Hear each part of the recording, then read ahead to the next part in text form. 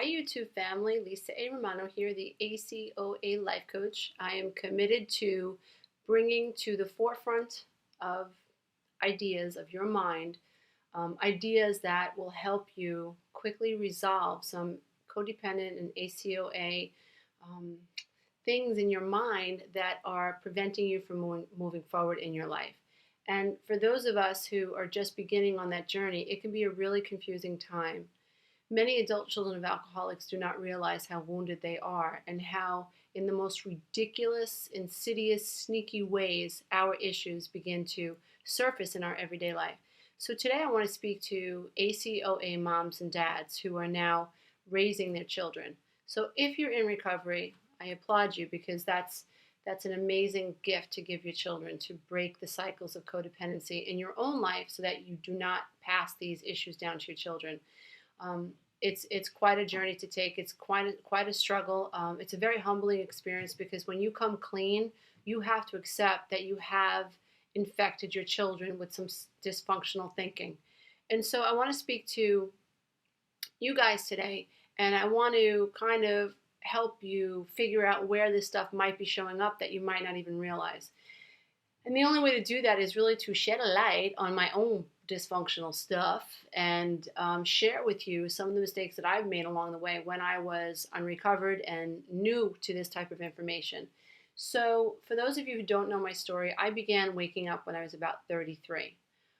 I really did not know. I had no clue that the way that I had been raised, and by the fact that I had been raised by two unrecovered adult children of alcoholics who had been so wounded by their own parents' alcoholism, I did not know that I had been affected by what they had planted into my mind in terms of ideas and beliefs, primarily beliefs about myself and beliefs about what I was entitled to and what I wasn't entitled to.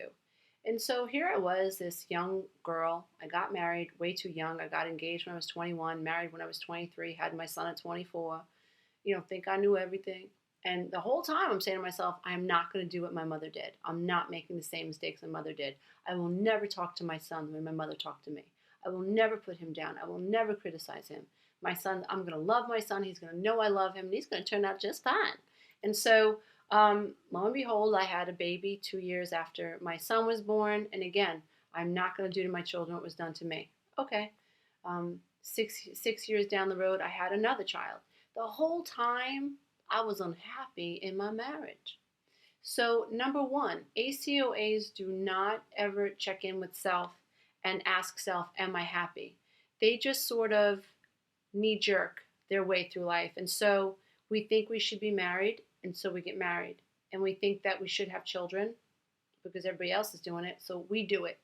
We're not internalizing, we're not turning inside of ourselves and asking, what do I want? What feels right for me? Do I want to get married? Do I want to marry him? How do I feel when I'm around him? We don't do that. We don't do that. We go through life like deers in headlights, and our focus is constantly outside, and we're constantly monitoring outside because we've lived in survival for so long, and we don't realize that we are really trying to get our unmet needs met. And so we sort of like follow the crowd and get married because we think that, oh, if I get married, then I'll feel validated, or well, everyone else is getting married and I should. We really aren't asking self what we want.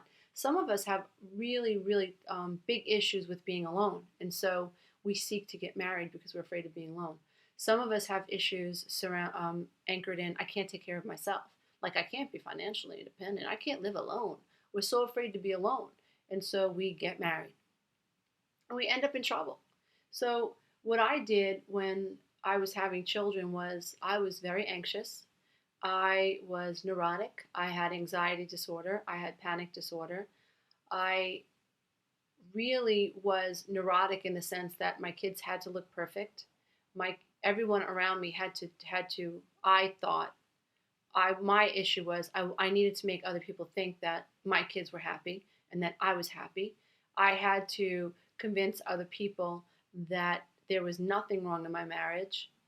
And so the goal really was trying to convince other people that my life was together, even though it wasn't. So ACOAs generally don't tell the truth.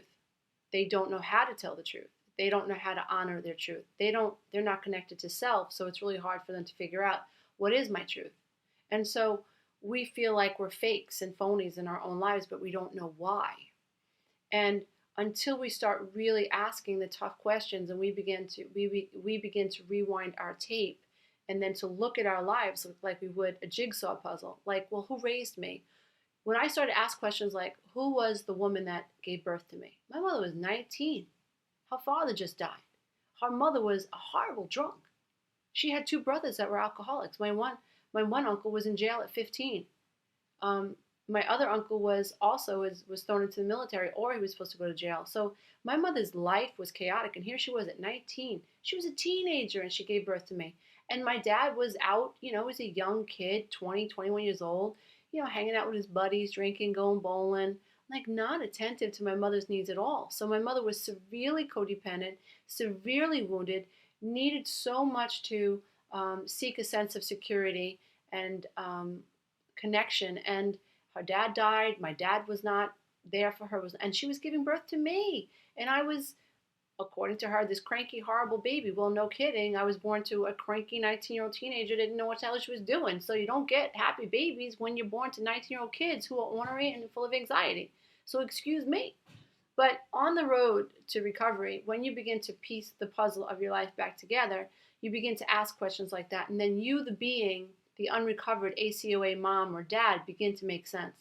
And so when it is not the norm to check in with self, you don't. When it's not the norm to embrace anxiety and say, what is this anxiety trying to tell me? We flee it. We look for things to distract ourselves with. And so what I did was I made everything look so pretty.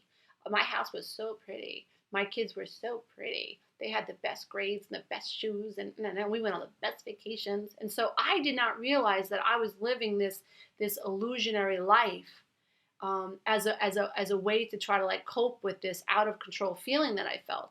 I didn't realize that I was trying to control other people's opinions of me, and I didn't even realize that I had no control over other people's opinions of me. That I can do everything.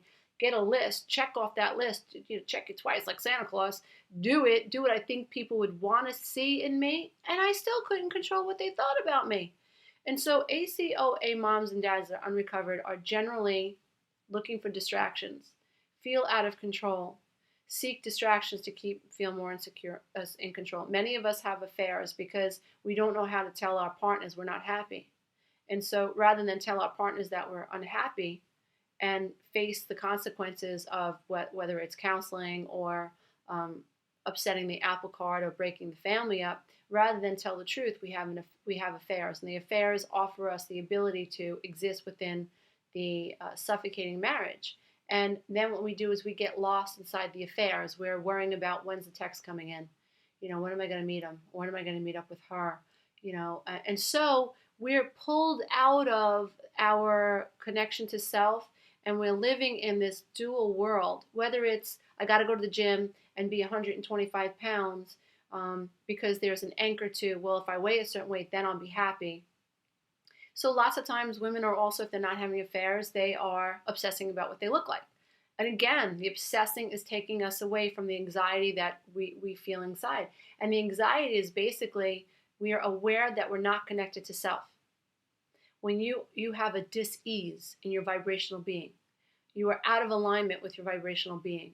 Your heart and your mind are not connected. And so that gap creates it's a gap. And so energy is not flowing the way it should be in a healthy way. And so there's disrupt, there's dis-ease, there are energy blocks, and that's felt in the body as anxiety.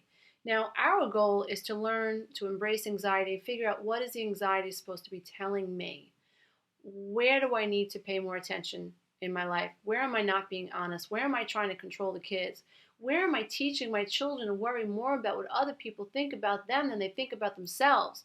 My first kid, I would say things like, change your clothes. What's your teacher going to think?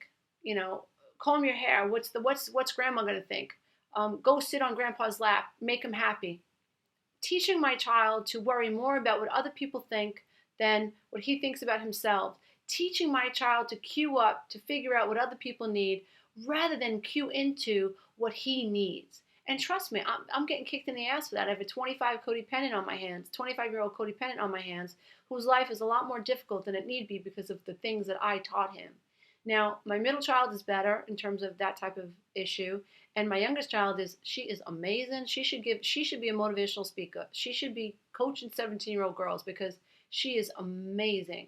Because when she was 4, I would say things to her like, "What do you want to wear today?" And I let her decide. And so she wanted to wear cowboy boots and an Abercrombie and Fitch white skirt and an AC/DC t-shirt. I was cool with that. My middle child and my older child were going, "Ma, you can't let her out like that. What's Donna gonna think?" And I was like, who cares what Donna thinks? It's about what she thinks. Who cares what the kids down the block think? I'm trying to teach this kid to worry about what she thinks. I'm trying to get her to honor about what she thinks. Completely different parenting approaches because I woke up after she was, when she was about 2. So also the other thing was, so I had one child, and my older child I conditioned to worry about, he needed to worry about what I thought. So when he came home with a bad grade, I made it about me. How could you get a bad grade? I studied with you. What's wrong with you? You mean, are you kidding me? I don't know why I study with you. Look, I'm embarrassed to even admit that, but that is my reality, and I can't help you unless I tell the truth and I explain to you through my own experiences what I was doing wrong. Why? Because I want you to heal your relationships with your children so that the next generation of kids can continue to resonate at a higher frequency, and we can change this world on a much larger level by sharing this type of information. And me loving myself, I'm able to love you, and I'm able to help you help your children. So when we say to our children things like, "I studied with you, and now I'm not going to study with you, and what's wrong with you?" and we make their grades about us, we take them out of alignment with them where they should be. They need to be worrying about what that grade makes them feel like. In other words, I love using illustrations because it just drives the point home. So when my daughter was like 5 or 6 or 7 years old, whatever she was, she came out of school and she said, "Mommy, I got a 54 on my math test. I'm so mad." And I said, "Well, did you deserve a 54 or did you deserve a 94? Making it about her. I took me out of it. It's not my business. This is her business. She's got to figure this out. And yes, they're learning at 7. They're learning the most. They know that they're learning. They're the most absorbable at 7. 12, they're adolescents. They think they know everything. They're not listening to you anymore. So at 7, yes, you say to her, "How do you feel about that grade?" "Well, I did." "Lisa, how do you feel about that?" "I don't like the way that feels." "Well, did you deserve a 54 or a 94? "Well, I deserved a 54 because I didn't study." "Okay. Well, how do you want to feel?" "I want to be happy when I get my tests." "Okay, so what do you think you have to do to be happy when you get a test?" "I have to study." "What happens when you study?" "Mommy, when I study, I get really good grades." "And how do you feel?" "I feel great when I get my test back and I score good." "Okay, so what are you going to do the next time you have a test, Lee?" "I'm going to study. And then what's going to happen? I'm going to feel really, really good, Mommy." And sure enough, this kid learned the lesson of cause and effect. When she studies, she gets a good grade and she feels good. It's not about Mommy. So the first time around with my kid, I made everything about me. "You embarrassed me. How could you do this? What's wrong with you?" Really, like sissy fit. Like so immature. 33-year-old immature person who had no idea she was damaging her children. Now I do. Now as an adult, I make everything about what my child wants. "Lisa, what do you want to wear? How are you going to get your hair cut? What color do you want your hair? Where do you want to go after school? Who do you want to hang out with? Who don't you want to hang out with?" Good for you. She's not nice to you. You don't like her vibe. Good, stay away from her. I don't no longer tell my children, be nice to people. No, you be nice to people who are nice to you. Like you don't be fresh. You don't go looking for trouble. If someone's nasty, bid them farewell and walk away. Reduce your quantum entanglement with that person and love yourself. So I hope this helps some of you out there who are struggling with these types of issues. And please reach out. Let me know if I'm hitting nerves with you guys or striking chords so that I know how to gear these videos that I'm making for you guys. All right, namaste. Make it a wonderful day. Bye.